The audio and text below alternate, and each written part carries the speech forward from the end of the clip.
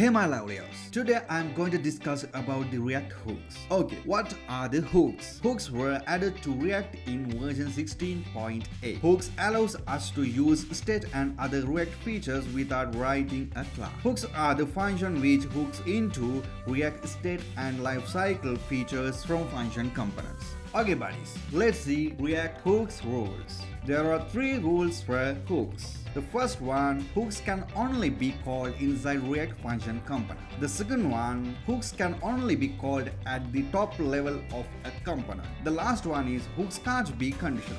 Examples of hooks: use state, use effect, use context, use ref, use reducer, use callback, use memo, and custom hook. Okay my loveliest, hope you guys enjoyed this video. Somehow, let's wind up wasting your precious time, keep learning and earning money to enjoy your life. So, see you in the next video. Keep in touch, please subscribe, like and comment on my grind. Thanks a bunch for watching my videos. Take care, bye bye.